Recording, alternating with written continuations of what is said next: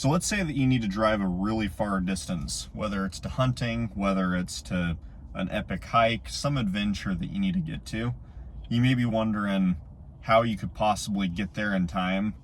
I have a strategy that I've used because I've done what I'm describing many times before, but take it with a grain of salt because you need to know your body, know what you can and can't do. I'm just gonna say what I do, but you need to be safe and be super careful.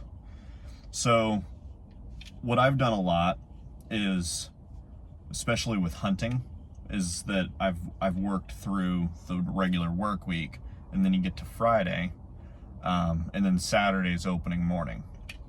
Okay, so then maybe I get my boss to let me go a little bit early, but I don't take a full day off. I just get off maybe at like 3.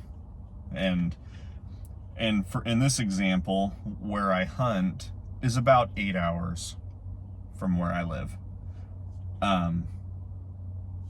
Anyways, so get home, let's say that you're pretty much more than likely packed, but you and I both know that you're not going to end up being out the door when you hope to. It just, for me, never works that way. I'll drive until I'm feeling pretty tired, stop and just do some jumping jacks or something just to get the heart rate up. But that's one tip. Another way that you can push it is just sip on some water, sip on your beverage of choice so that you need to pee.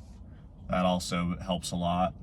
But then inevitably you'll push it to the point where you have to stop, where it's not safe anymore.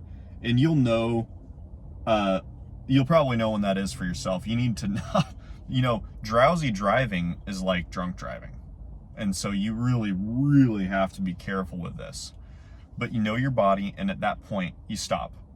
Then what I do is I just recline the seat back, and what I've done, like in this example, like it'll be midnight, 1 o'clock in the morning, something like that, and I'll just kick back like this, pull a blanket over if it's cold or whatnot, whatever, get the car nice and hot, turn it off, and take like a 30-minute snooze. If that's not enough, do another 30 minutes.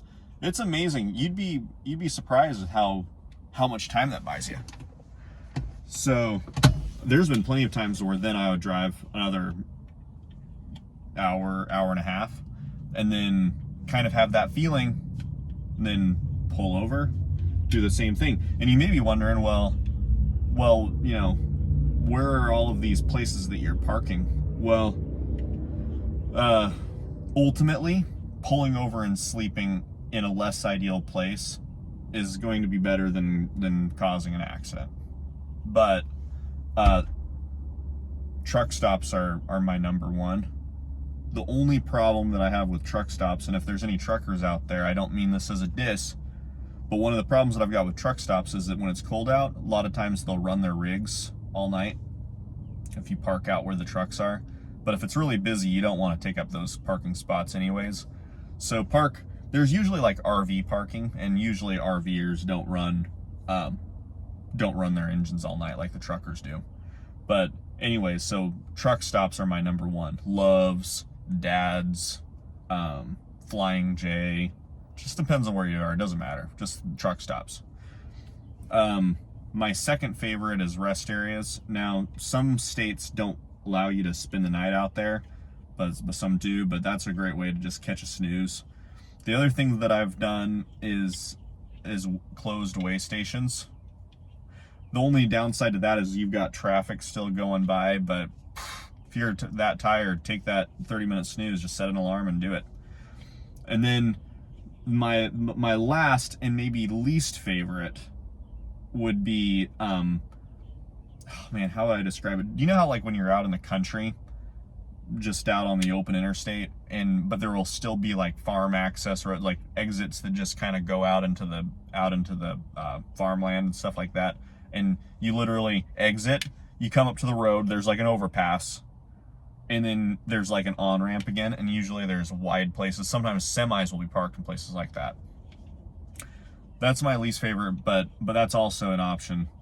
and just grab like 30 minutes. If I'm tired enough, sometimes I'll even grab more than that. But then you keep going and then you do that again. And sometimes, like, I've had it where I've left home for that 8-hour hunt at like 8 o'clock at night and gone to midnight, 1 o'clock. Again, when you feel tired, whether that could be at 9 o'clock, you just do this. But I've pushed it that far and then shown up for opening morning, you know, having stopped 2 or 3 times. And then you go. This is not a restful sleep, but it's a tip for if you need to push it. But again, as I've said many times, know your body and do not risk getting in an accident with any of these tips. Just if you either feel like you can drive or you don't, you've got to be the judge of that. But this is just something that I've done to push drives a little bit, and you just go from sleep to drive, snack a little bit, and you can cover some miles for sure. But if you like this, like I said, we'll be doing a lot of content daily just so that I kind of get used to talking to the camera because I stink at it. But we are going to do some epic adventures together. So hopefully you're around to catch that. So we'll catch you next time. See ya.